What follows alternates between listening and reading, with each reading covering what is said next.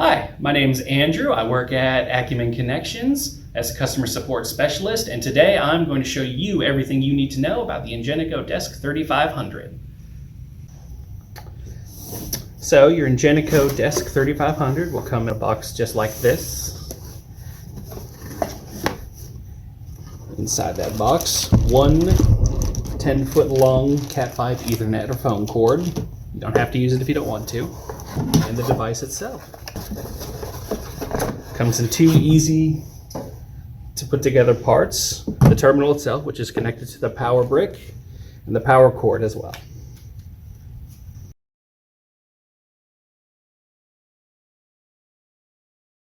All you have to do is unwind the power cord, connect it to the left side, plug it into the nearest outlet that you want to put it on. Your machine will start to boot up. Now your Ethernet cord, this is the important part. There's one spot for your Ethernet, and you'll see that listed on the line, and one for your dial, your phone line.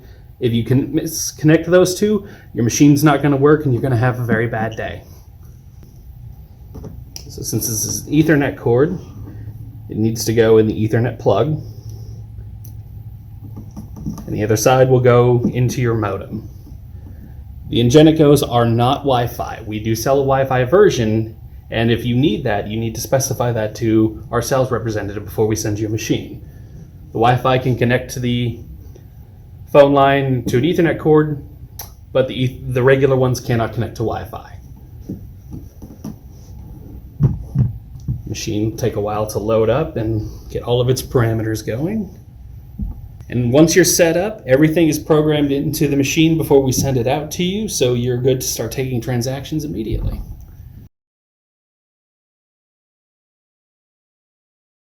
Creating password. Simple enough to do. All you need to do is press the pound key. This is always going to take you to your shortcuts menu. And you're going to scroll down to security and press the green enter. And it's going to ask for an admin password. Admin password is always T, so you're going to press the 8 button twice. Then 8, 4, 3, 2, 6, 7, 8, and press enter. You're now in admin mode and can do anything you want with the machine. In order to begin setting up passwords, you're going to scroll down to password parameters, number 2. And it's going to ask you, do you want to create a manager password, a supervisor password, or a clerk password? Later on, we can go over setting up if you want to manage your password to process things like returns or refunds, supervisors. For now, we'll create a manager password. And we're just going to create it as 1, 2, 3, 4, 5, 6, 7, 8, 9. It has to be so long. Now we have a manager password set up. And we can go into requiring manager passwords for certain functions. Now, if you want to require a manager or an admin password for something such as processing a return, then all you need to do, press the pound key to go to your shortcuts menu, scroll to security, enter your admin password, T, press the 8 twice, 8, 4, 3, 2, 6, 7, 8, press enter. Scroll down to the third option, main menu passwords, and now it's going to bring up all the different options: sales, returns, voids, forced transactions, pre-authorizations, tips if you have them programmed into the machine. So for this, we're going to say we don't want our employees to do refunds, only the managers, so we're going to set manager password for return. And it's going to ask you, which level of password do you want? You can do supervisor, manager, clerk, or admin. And we're going to set it to the manager password we just created. And you're all set. Now only a manager with that password 1, 2, 3, 4, 5, 6, 7, 8, 9 can do returns.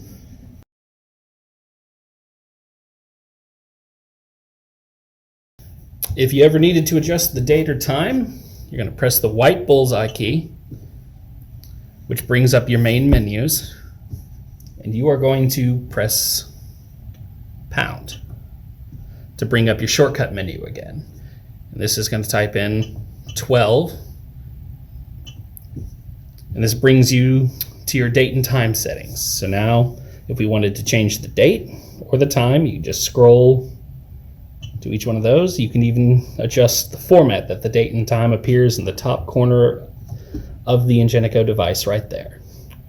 The date and time is perfect, so we're just going to leave it there. It is important to know that when you want to adjust the time, all Ingenicos are in military time. So if you wanted to set it to 1 o'clock, you would have 1 p.m., you would have to set it to 1300. And then once you're done, you can just hit X and go back to the set.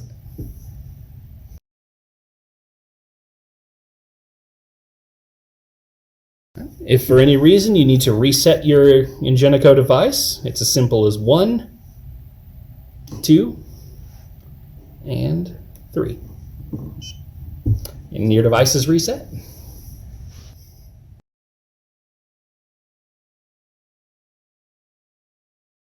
So your device is hooked up and you're ready to run your first sale. If you don't have your device hooked up to QuickBooks, then when you run your sale by pressing the green button and bringing up your menu, first option, press 1 for sale, you're going to need to type in the amount.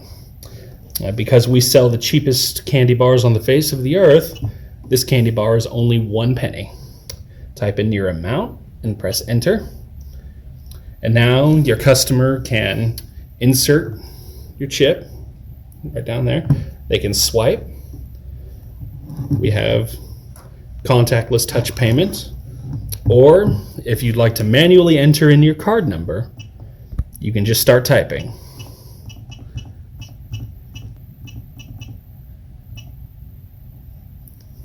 Card not allowed because I can't come up with a fake card number. It'll also ask for the CVV number, the 3-digit number on the back, and that's important to have as well. If possible, we always recommend using contactless swipe or chip because it diminishes the effect of fraud, stolen credit cards, or chargebacks.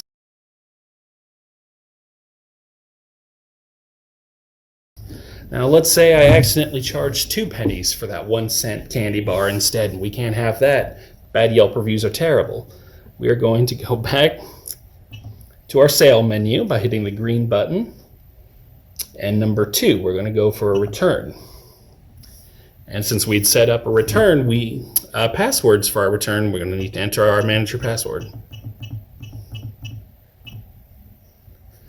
Okay. Now we need to refund that poor customer the 1 penny that we overcharged them. So charge for that and press enter. Now the customer can re-enter their card number. For returns, they must have their card present. You cannot type in their card number. So they need to swipe, insert their chip, or do their contactless payment. And once that's done, your receipt will print, and you can X all the way back out to the beginning.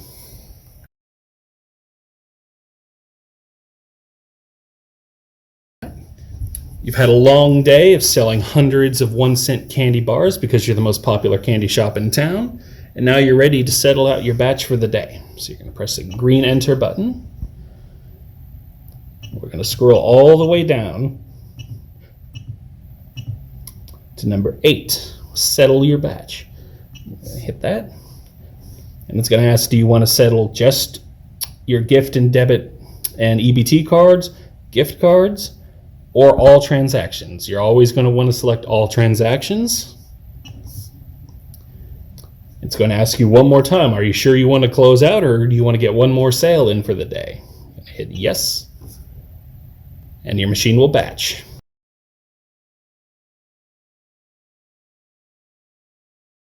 All right, so you've spent all day printing out receipts for your amazing 1-cent candy bars, and you've run out of paper.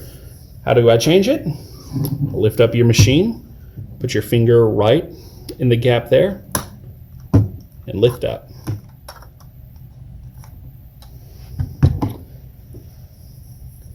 And when you insert your paper, this is 2 1/4 by 50-inch thermal paper that you can buy at any POS website that you'd like, or you can always call the support number and we'd be happy to order it and ship it for you. You just unwrap it, pop the paper in,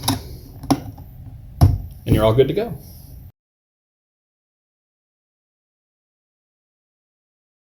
All right. One of the biggest questions that we get, one of the issues that we have, is sometimes people accidentally run forced transactions instead of manually typing in card numbers. So you have to remember, when you want to type in a card number, you still type sale, and you type in your amount, and then you can just number all you want. The forced option down here, which is number 4, is only used in very specific circumstances when you need to pass a bank's pre-authorization check for a credit card. If you absolutely must do this, you need to give us a call and let us know that you're going to beforehand, because almost all banks will always stop these transactions after those batches are settled and call asking what's going on. And when that happens, you don't receive the money usually for another day or two. So it's almost always the best bet to just go through the method we described before and block that forced transaction by setting up a password so that no employee accidentally does that when they're selling your amazing 1-cent candy bars. So that's everything you need to know about the Ingenico Desk 3500. Thanks so much for watching. If you liked or learned anything new about this video, be sure to give us a like, and you can check out more on our YouTube channel and our website, acumenconnections.com.